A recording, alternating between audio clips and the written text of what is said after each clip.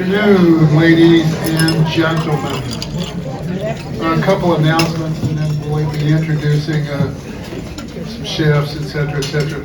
We will not be having an Eagle lunch in December. Okay? So I need a volunteer who can feed everybody. No, okay. Well, then we will not be feeding anybody either.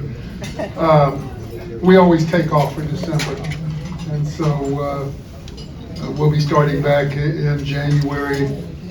Also, tomorrow is the resident council meeting in here. The new resident council chair, Gloria Magruder, will be chairing that. That starts at 9 a.m.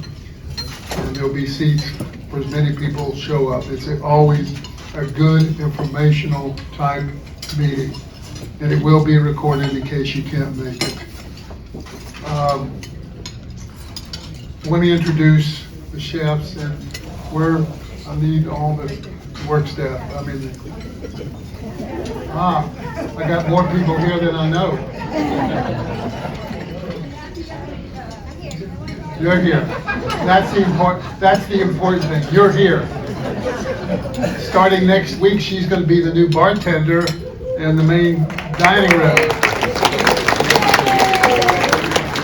She knows how to open a beer, she told me, so that's good.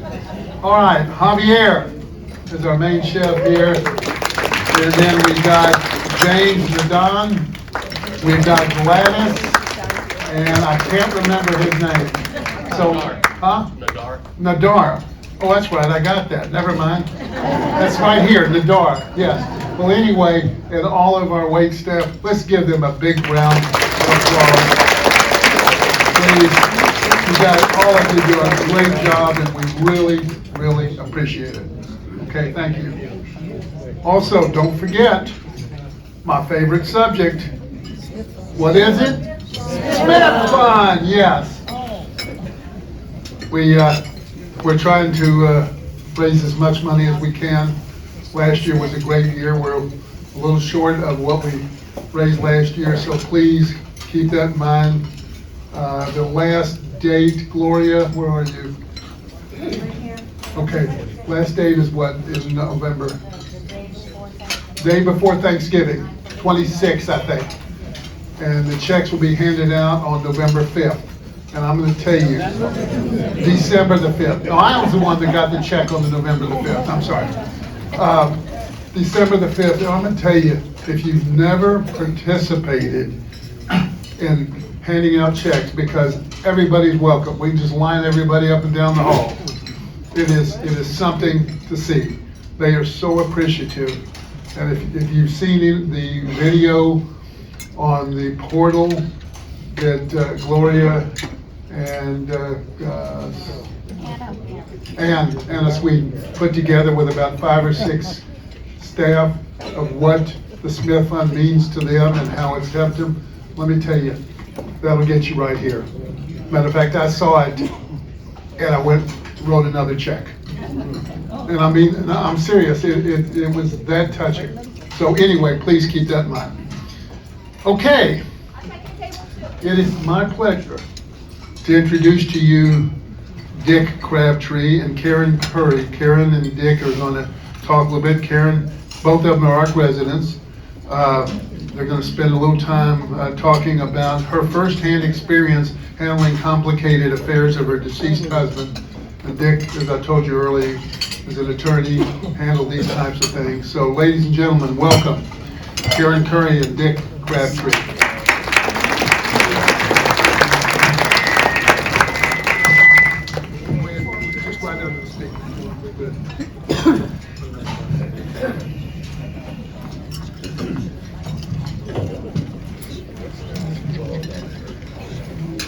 Happy Veterans Day! You are. And my hunter as well.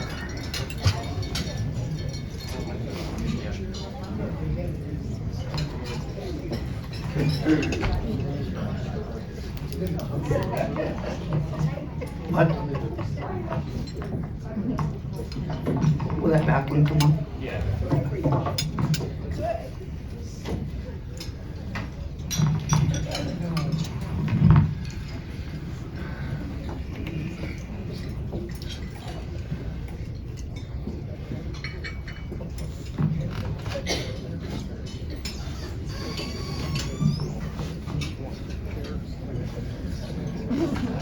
Okay, went through those slides.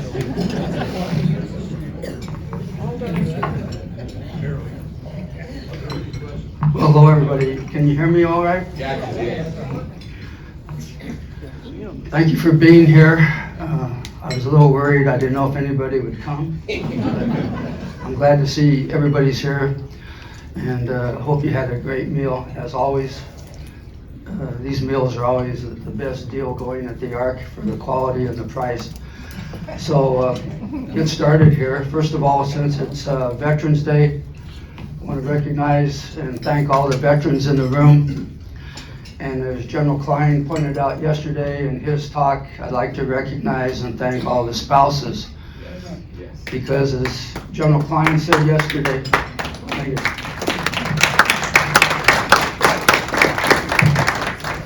as General Klein pointed out yesterday, the veterans couldn't have served and done their job serving the country without the support of their spouses and their families.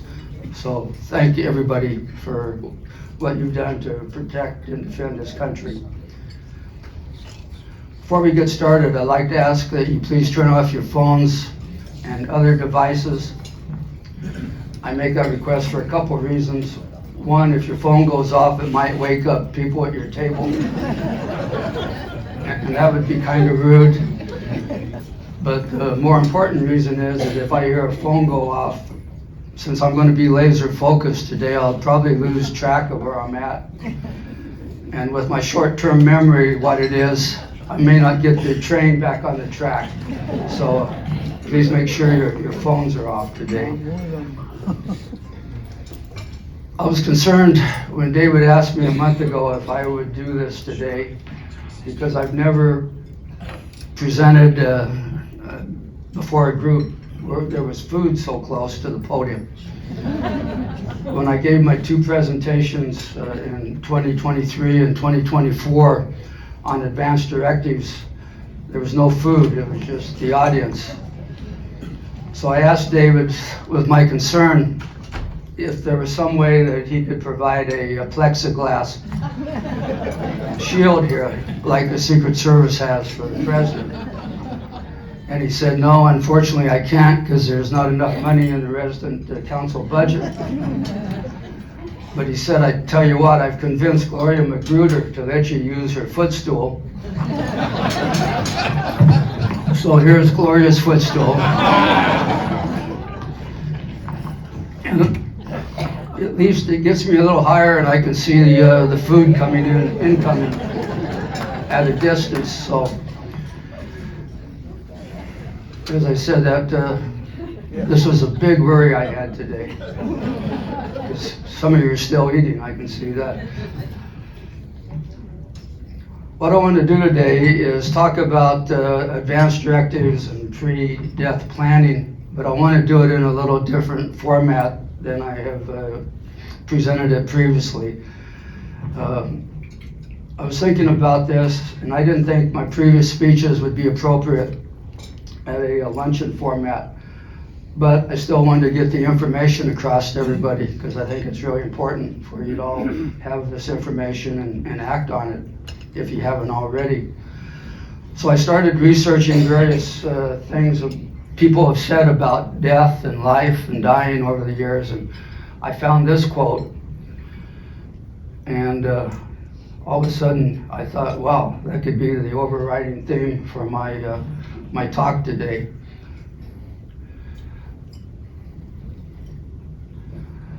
So I'm going to try to approach this with a little sense of humor today.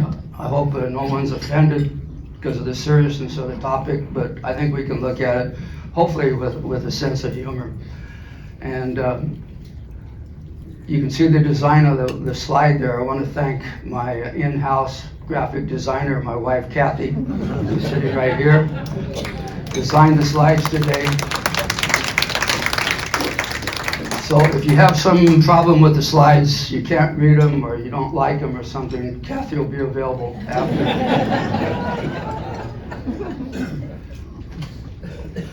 So I thought, well, a lot of people said about life, different perspectives on life. And here's what Honest Abe had to say about it.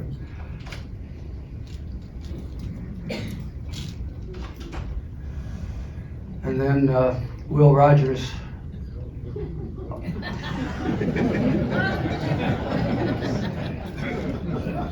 Was that appropriate?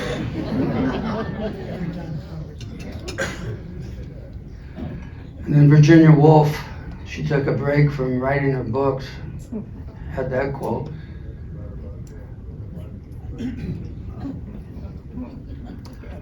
And this is one of my favorites of the day. This is from Franz Kafka. I think he pretty well summed it up here.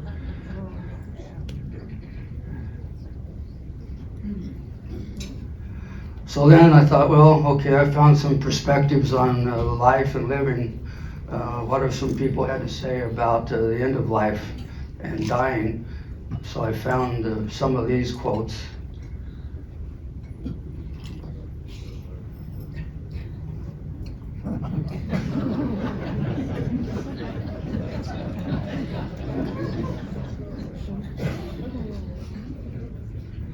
And Woody, I like Woody's a lot.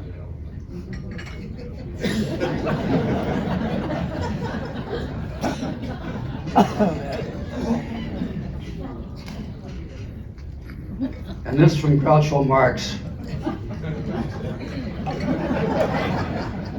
And when I first saw that, I didn't understand it, and then I realized it's a line from one of his movies, and he was playing a doctor, and his patient flatlined, and Groucho bends down over him and came up with this line here.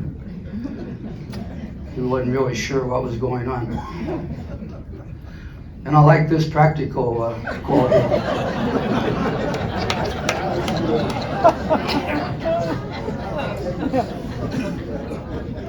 And I know a lot of you at the Ark play various games. We have bingo and bunco and a new one that Martha Stevenson has started and others. So for you gamers,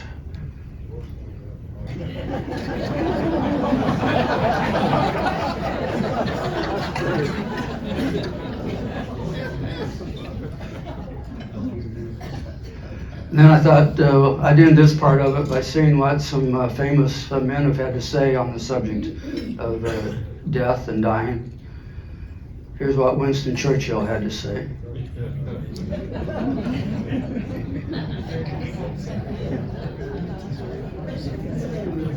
And then General MacArthur had this quote.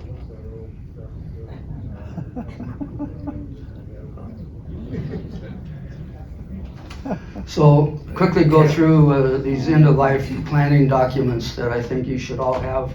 Hopefully you do, and hopefully they're on file at resident services. But you should all have a financial power of attorney. You should all have a medical power of attorney. A directive to physicians, also called a living will. Burial instructions.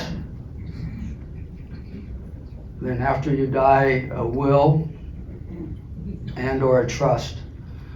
So these are the documents, very important documents that I think everyone in this room needs, not only for yourself, but for your family's sake. If you have these documents in place before you need them, it's going to make things much easier for you and your family. When you get to the point where you can't take care of your own affairs, for example, if you have the powers of attorney in place, it'll be a big help, save a lot of time for you and your family. So quickly, just the financial power of attorney. This is a document where you name an agent, someone to handle your affairs for you, if you're unable to do so yourself. Medical power of attorney works the same way, except it operates within the healthcare realm.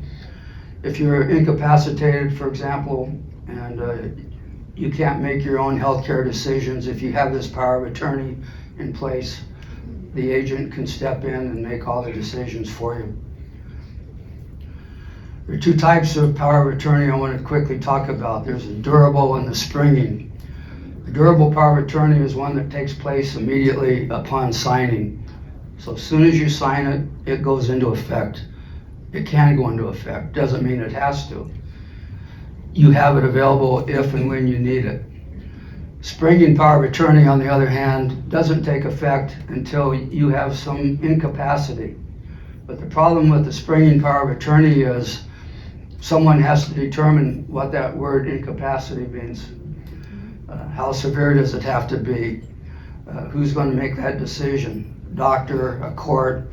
So in my practice over the years, I've prepared hundreds of powers of attorney, but I never prepared a springing power of attorney. I always tried to recommend to my clients to do the durable so they would have it in their hip pocket if and when needed.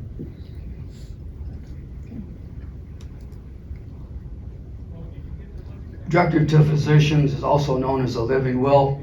This is a document that comes in at the very end of your life when you either have a terminal illness or you have an irreversible condition. There's no agent involved with this document. It is strictly yours, and it tells the doctors what you want them to do at the end of your life. Do you want to be kept alive with artificial means, or do you want to let the doctor stop those, keep you pain-free, but let you die peacefully? And then burial instructions after you do die tells your survivors either you want to be buried and where that is, or you want to be cremated and the disposition of your cremated remains. I found this form when I was putting this presentation together, and I filled it out last week. Those of you that plan to be buried in a national cemetery, you have to meet eligibility requirements, but you can meet those ahead of time with this form, VA Form 40-1007. And you can fill this out online, or you can print it out and mail it into the VA.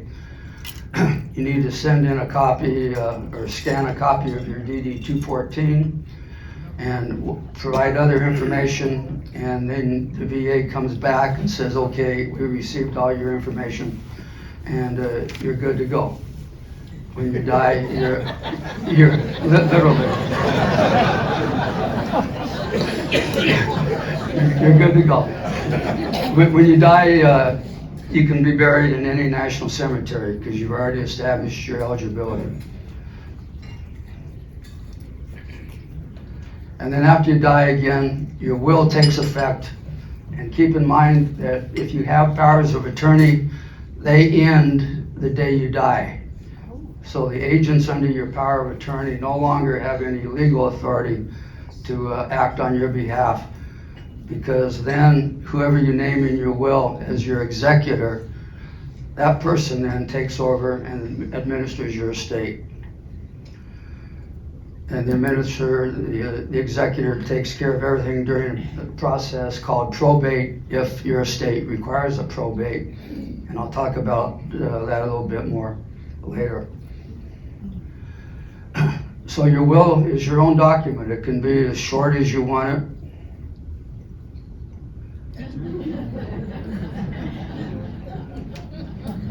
That was it, 3 words. Or, this was Friedrich Handel, by the way, the composer of the Messiah.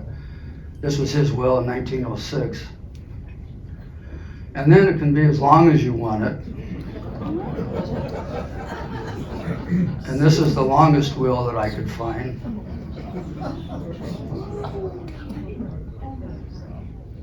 So somewhere in between those is where you should have your will. This was by a lady called Frederica Cook. She died in 1924. And then I mentioned probate, and all probate is a legal proceeding in a court where the judge admits your will, validates the will, meets all the legal requirements, appoints the person that you selected as executor, and then the executor can do whatever's necessary during the course of the probate to distribute your assets as you instructed in the will. Most probates last a year, maybe 2 years, unless there's a will contest or something that may go on longer. But I found this interesting. This lady, Myra Gaines, She lived from 1806 to 1885. Her estate probate took 57 years and began in 1832 and in 1889. Very complicated. This case is the longest, not only the longest running probate in the US, but also the longest civil lawsuit in US legal history. And it went up to the US Supreme Court 9 different times. Finally got resolved. So when I give these presentations, people ask me, well, what is an estate? And over the years, I've come up with a simple answer. It's your stuff. So assets equal stuff, and stuff equals estate. So I want to give you some examples of what stuff you may have in your estate. You may be into real estate, and you may have a small place like on the left up in the hill country, or even smaller down at Rockport or Port A. Or if you're into mineral rights, you might have some oil wells out in Midland, or you may have a single gas pump, and that beauty there is in our son's house in Los Angeles. Or you may collect liquor. And I know some of you in here are bourbon and whiskey collectors. I'm not going to mention any names, but you may have a bottle of Pappy Van Winkle there, bourbon. That particular bottle sells for $5,320.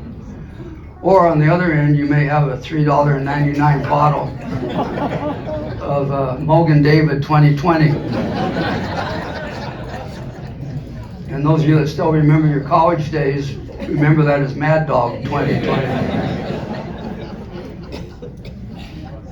If you're a car collector, you might have the Mercedes there on the left, sold for $140 million at auction.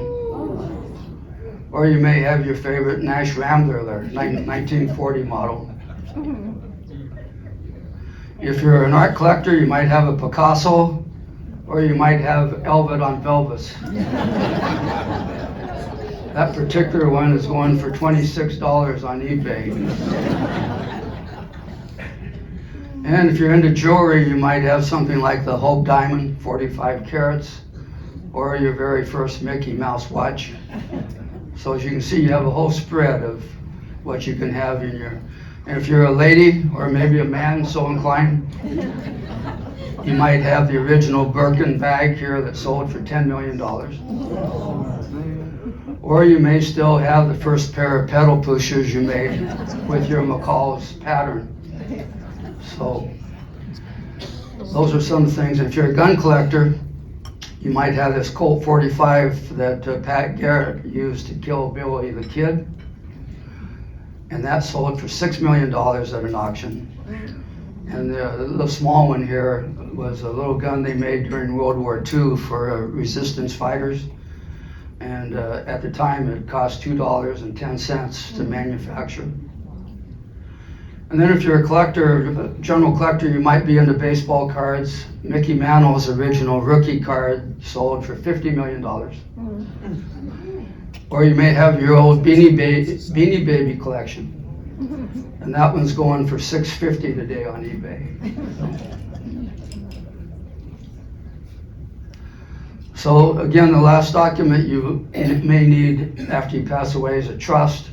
And simply a trust is a contract between 3 people. You, the grantor or settler, create it. You name a trustee to handle all your assets. And then who gets the assets is the beneficiary. So to illustrate some of the mistakes that people have made with these documents, and hopefully you won't make them, I picked out some celebrities and just quickly go through some of the case studies here and the mistakes that these people have made.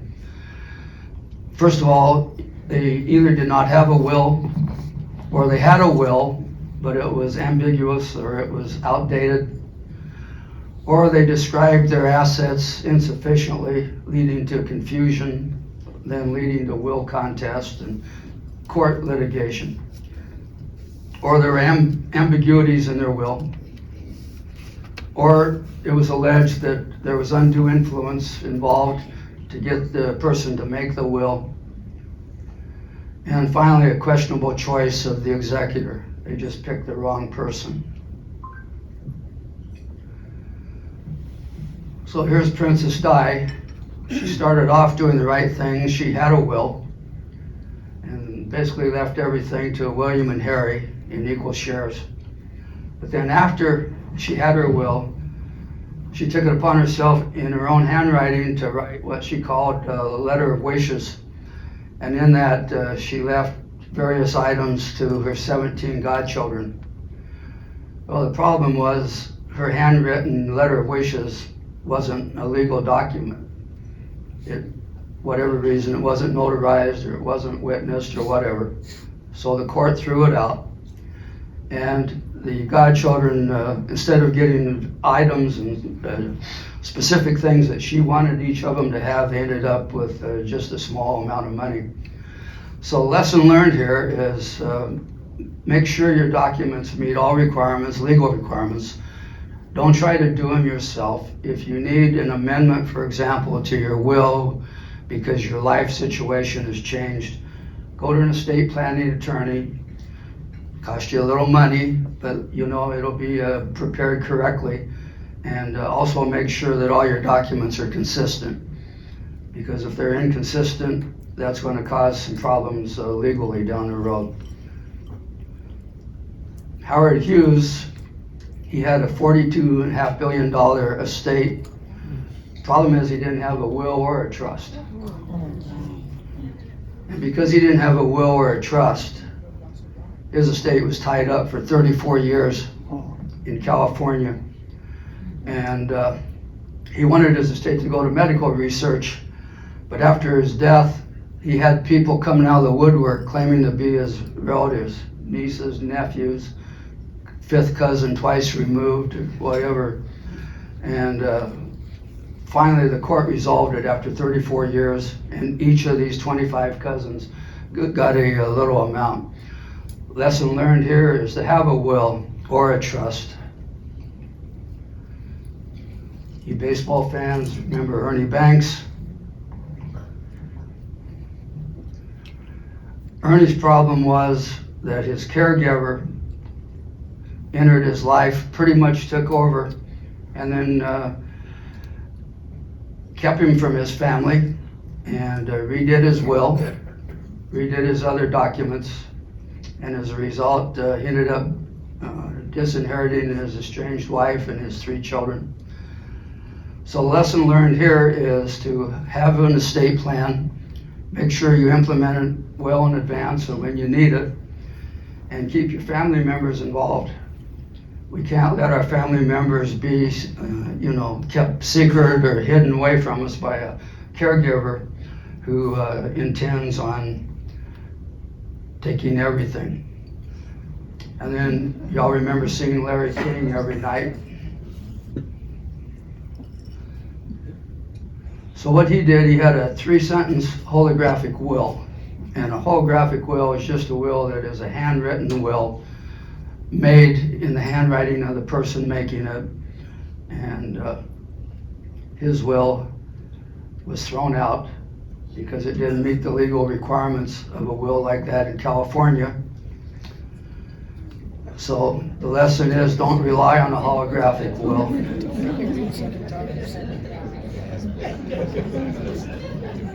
Probably the best lesson learned is don't get married 7 times. So then celebrity mistakes with trust. We've seen some with wills, now here's some with trust. Biggest problem is that people fail to fund their trust. And I'll go into that a little bit more. Or again, there are ambiguities in the trust. Who gets what, describe the asset, that type of thing. So here was the first really big mistake in a trust situation. Michael Jackson had a trust, but he didn't fund it with anything.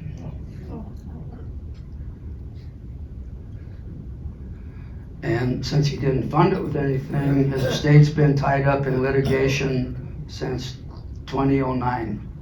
And no inheritance has been distributed. And just recently, this year, his daughter Paris filed a claim against the co-executors, co-trustees, for mismanaging the estate. Plus, they undervalued it, and the estate's in a huge battle with the IRS. So the lesson learned is fund your trust, properly value your estate, and don't anger a daughter.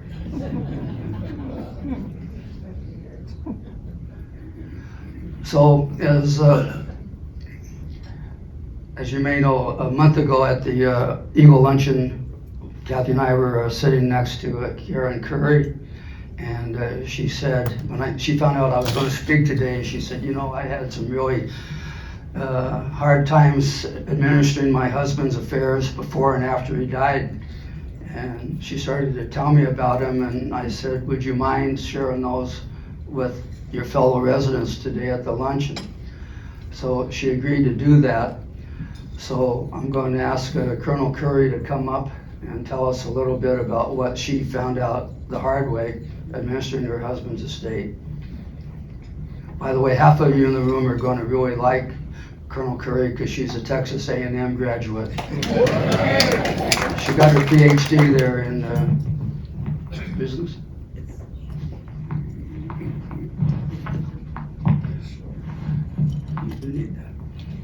Well, hi, everybody. Hi.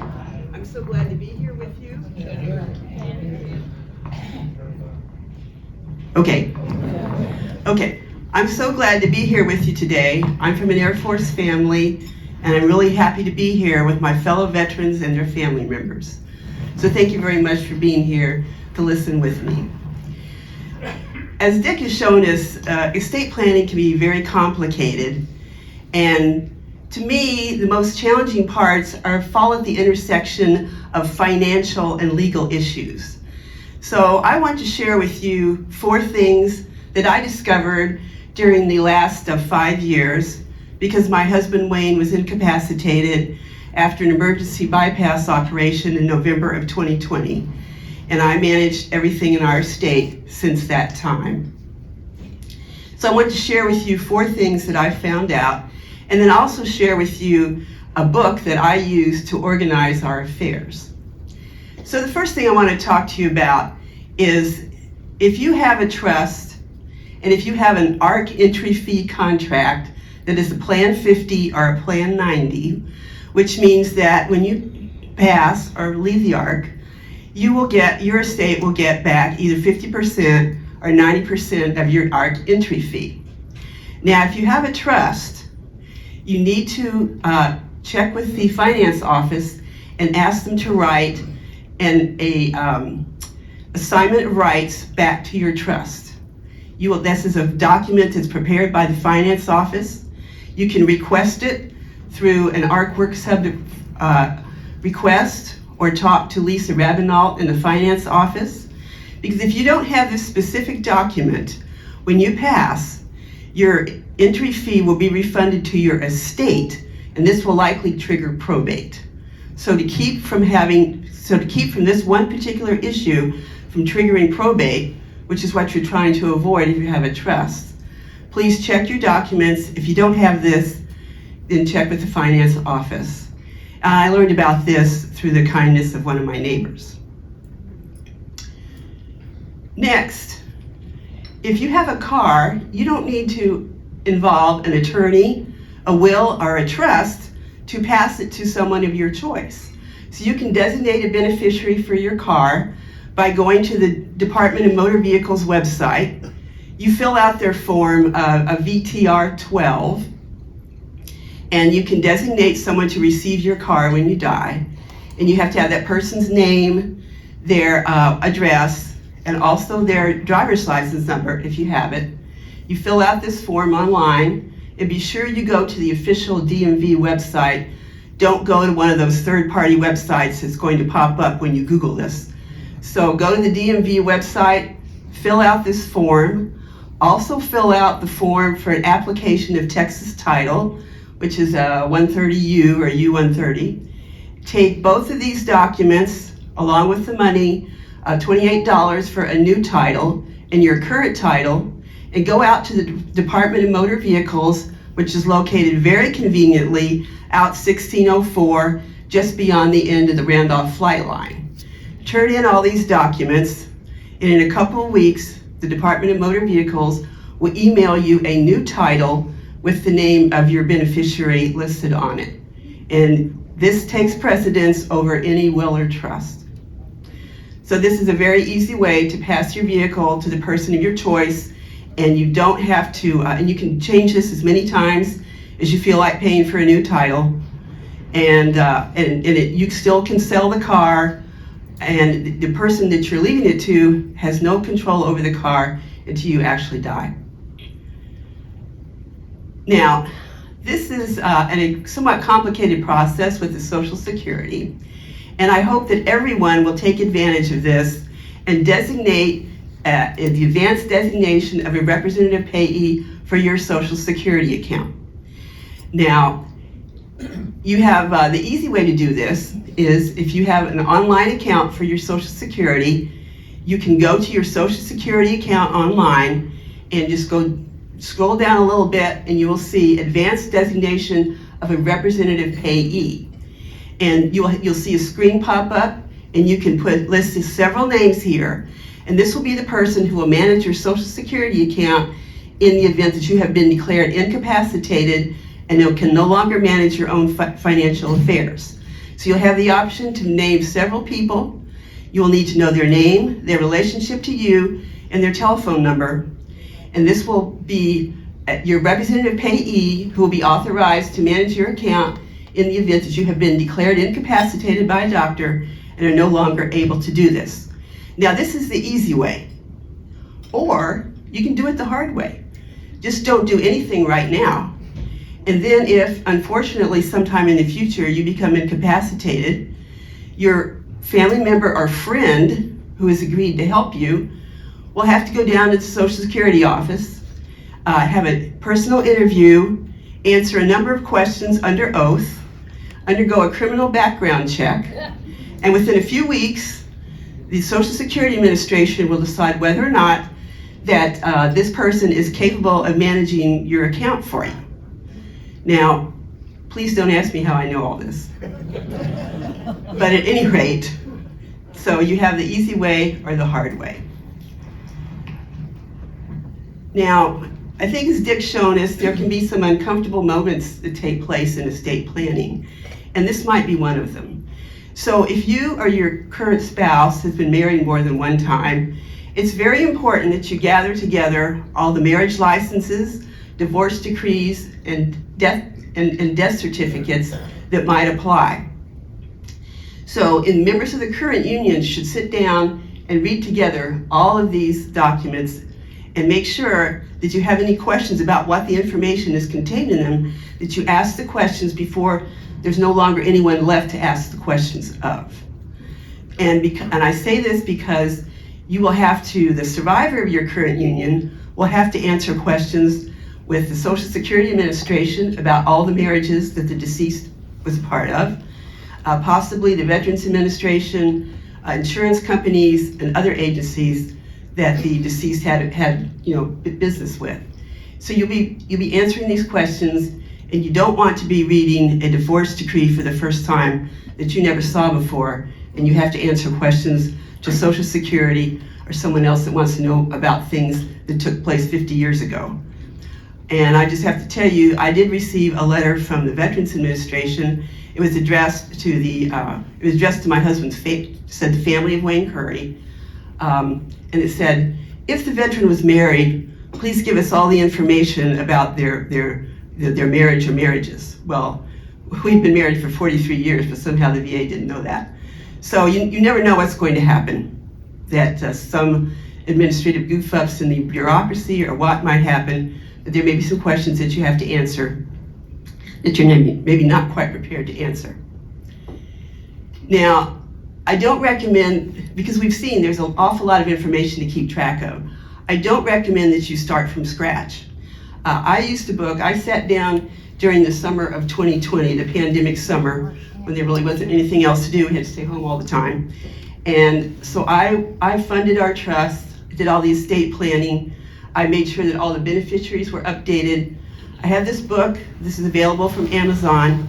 It's written by a lady named Melanie Cullen, and she thought her mother's estate was all tied up, everything was great, but then she had to administer it after her mother passed, and she found out there were so many different things that she didn't know about. So she wrote a book called Get It Together, Organize Your Records so your family won't have to. This is the 8th edition that I used, but it's now available from Amazon in the 11th edition. And I actually had the opportunity a couple months ago to have a Zoom conference with Melanie Cullen. That was really interesting, and I told her how much that her book helped me. The book helps you organize all your legal information, finance, tax documents, wills, trusts, burial information, what to do with your pets when you die, all sorts of things. You can order, you can download from their website, NOLO, N-O-L-O, download from their website, publisher's website, forms to help you fill in all this information. You can order notebooks that have the dividers that match the chapters in the book, or you just make your own dividers, because some of the chapters in the book may not apply directly to you. But at any rate, and there are a number of books on Amazon that might be, the same kind of book. But I recommend this one because I've used it personally, and it's very helpful to me. And you don't have to start from scratch and trying to keep track of all this. So I do think that, I do hope that some of what I've said to you has been helpful. We have handouts for you. We have the terms that Dick has explained, and as well the 5 points that I've just explained to you with more details. If you'd like to get that after the luncheon, or you can email me and I'll send you a copy. I hope this was helpful to you. And the last thing I'd like to say is, go Aggies.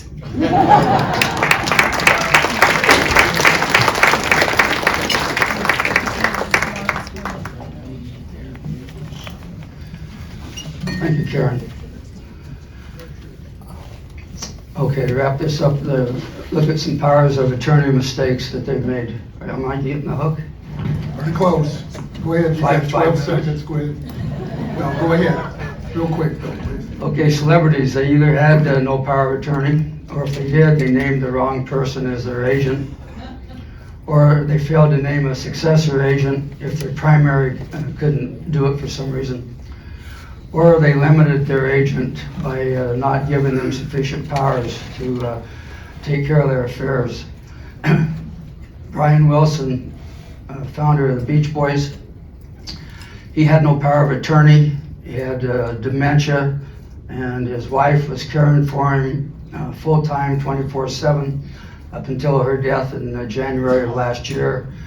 So after his death, they had to go into court to get a conservatorship established. A very costly and lengthy court procedure.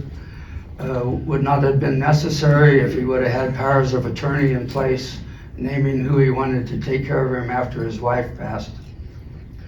Jay Leno, neither Jay nor his wife Mavis had any powers of attorney. Mavis, due to her dementia, Jay wanted to set up a trust for his wife, but because she was incapacitated, they had no powers of attorney. He was unable to do so. He had to go into court, get a conservator appointed. Lesson learned, prepare your powers of attorney before it's too late. Bruce Willis, you've probably all been following Bruce Willis's case, a very sad case. As of a few months ago, he can no longer speak, requires 24-hour care. He did not have any powers of attorney. Same situation, his wife had to go into court to be appointed as conservator and guardian. So again, have these powers of attorney in place before you need them. And then celebrity mistakes with fiduciaries. A fiduciary is just a person who owes you a legal and ethical requirement to do things in your best interest, not the fiduciary's best interest. So again, insufficient or unsuitable planning, undue influence comes into play, and a questionable choice of fiduciary, usually make the wrong choice. So Kobe Bryant, Kobe had a revocable trust. It was fine, it was legal. He last amended it in 2017. At that time he had 3 daughters. But then between 17 and 2020, when he died, he had another daughter. She wasn't named in the trust, so she was disinherited basically. So they had to go into court, modify the trust to list the daughter, the 4th daughter. So the lesson learned, let me go back a second here. The lesson learned with Kobe's case is when you use language, for example, you have 3 children, don't say I'll leave my estate to John and Mary and Bruce, because there may be another child coming down the road later on. Use words like I leave my estate to my children or to my issue, which is a legal term for children or heirs. And that way you're covered in case there are new heirs that come down the road. We all remember Casey Kasem, America's Top 40 every Saturday morning. Very sad case with Casey, no pun intended. But he had everything in place. He named his daughter from his first marriage as his agent and as his executor in his will. However, his second wife was somewhat crazy. She took over and she kidnapped Casey, moved him from a assisted living facility in Los Angeles to Washington State, kept him out of touch with his family. After he died, she shipped his body to Norway. She picked Norway because she found that she couldn't be extradited back to California to stand trial for all the elder abuse that she committed against Casey. So he's buried now in Norway. He had no connections to Norway. He was Lebanese. So lessons learned, be careful when choosing a 2nd or 3rd wife. And make sure you have open communication with everybody involved. And here are some helpful tips. Have a will, have appropriate fiduciaries, have successors, describe the items in your estate precisely so there's no ambiguities. Make sure your beneficiary designations are current.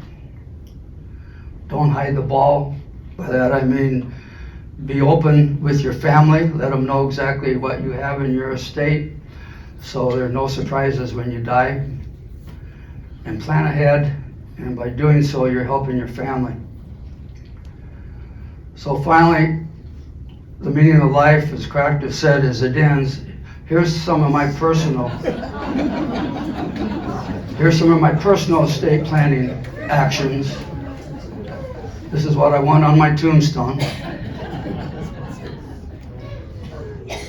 And then for my obituary, this is an actual obituary that was in the Denver Post 20 years ago, and I liked it so much, I printed it out and I carry it around in my death book. I call it at home.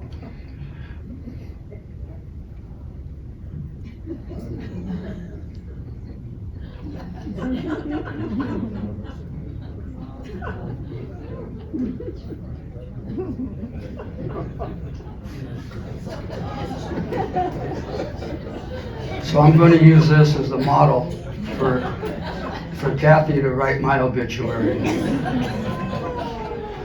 Finally, I'll leave you with 2 quotes from George Carlin. The last one you can ponder as you leave here today, but I like this one a lot. And then finally, this one I like too.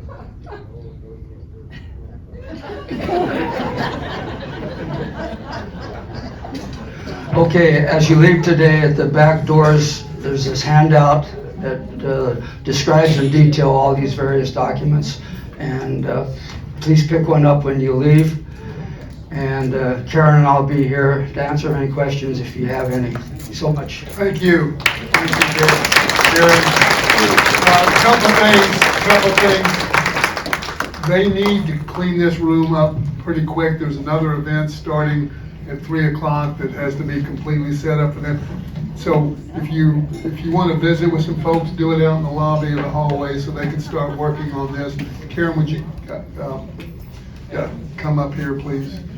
I'd like to give both of you a ARC challenge coin. Thank you. Thank you for being a part of this. We really, really appreciate it. Thank you so much. All right, don't forget, no show next week, or next month, or next week. All right, thank you. Have a good day.